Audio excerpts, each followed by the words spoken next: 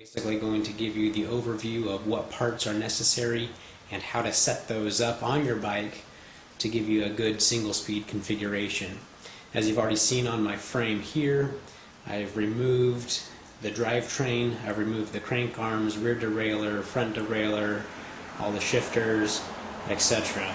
So we're going to go through what each part is, what part I think you'll need to upgrade or replace, I should say, and how to do that. So here are the parts that you're going to need to get your single speed configuration set up, converting your geared bike to single speed. This is going to assume that you have a vertical dropout frame that is not single speed specific, but if you have a single speed specific frame, they're more or less the same with the exception of your chain tensioner. So what we have here is you're going to be replacing your cassette with sets of spacers and a new cog, and then I have a lock ring that you can just use from your old cassette. On your cog you have different choices. You can decide whether, what gear ratio you want to run, and the rear cog is the easiest one to change. I sometimes will run a 16 tooth, we have an 18 tooth, and a 20 tooth. It just depends on what kind of terrain or how strong I am during the season, depending on which cog I run. These cogs here are cheap. They're $3 or $4 at your local bike shop. I just use the cheap steel ones, but you can buy, nice aluminum ones or high-end aluminum or high-end steel ones. Just a preference, but the cheap ones work fine for me. Then we go into your front chainring. I use a 33 tooth, and these are single speed specific. What makes them single speed specific is that you can see there are no ramps or pins. It's just a smooth ring all around. If you look at a front middle ring from a geared bike, you can see all the ramps and pins on it. Running single speed, you do not want these, because all it's going to do is try to throw your chain off. So in order to do just the middle ring without running a bash guard, because this is another option, is you can do a bash guard in combination with just your middle ring up front. But the difference is, and the reason why I do this, I use these short chain ring bolts. They're shorter because then I can run just the middle ring without having the bash guard or big ring on there that's traditionally on there. So you can buy these short chain ring bolts at pretty much any bike shop as well, and they're also fairly cheap.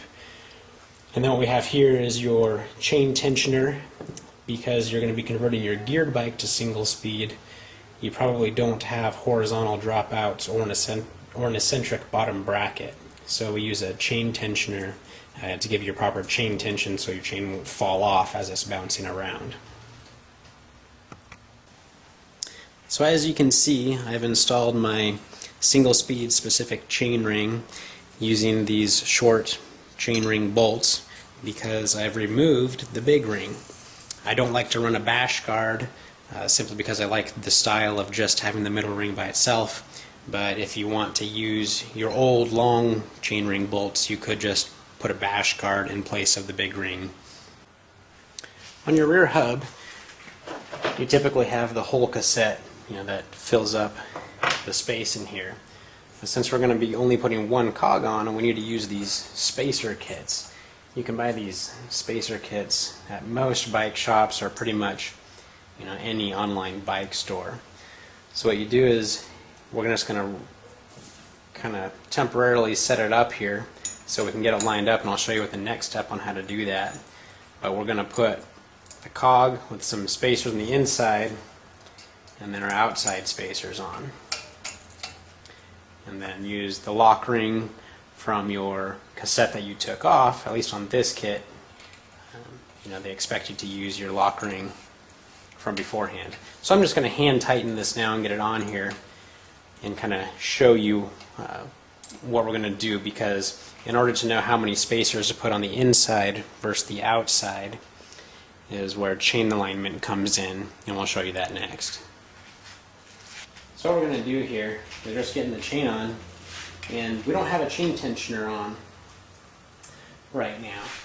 And so you're not going to have proper chain tension. You can see how it sags right here. So what you want to do is you want to get your chain sized to as close as you can,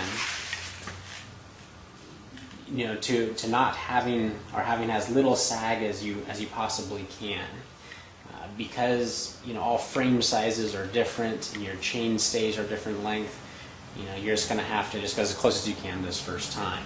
So as you can see, I have my chain cut as far as I can go with this, but we still have sag, and we'll take care of that sag a little bit later on here with the chain tensioner. Earlier when we put our cog on with the spacers, I only hand tightened it because you sometimes have to move spacers from the inside or the outside, you know, back and forth to get proper chain alignment. And you can see you want the chain perfectly aligned from your rear cog straight to the front ring. If you have too many spacers on one side, your chain's going to be slightly crooked, and you run the higher risk of it falling off or having other problems with it. So you want proper chain alignment to make sure it's nice and straight. Adjust the spacers as necessary, and then tighten your lock ring. All I've done is roughly set the bolt in here. It's loose right now, so I can show you how to set up the chain tensioner on a system like this. If you had a spring-loaded chain tensioner, you're probably done at this point because the tensioner would already be putting tension on the chain. On this system it doesn't, so it's a little bit different setup that I want to show you here. So all you do is basically put pressure on the chain until you can see it going tight. And what I like to do is have roughly a 1/4 inch, you know, of up and down slack in the chain. If the chain is too tight, you know, puts too much stress on the drivetrain and it's harder to pedal, etc. If it's too loose, you run the higher risk of the chain falling off while you're riding. So it's kind of important to get that proper chain tension here. So all I'm going to do is set it to get roughly my 1/4 inch of up and down. And as you can see, the chain is looking even kind of straight here. And then once it's set, I tighten it down.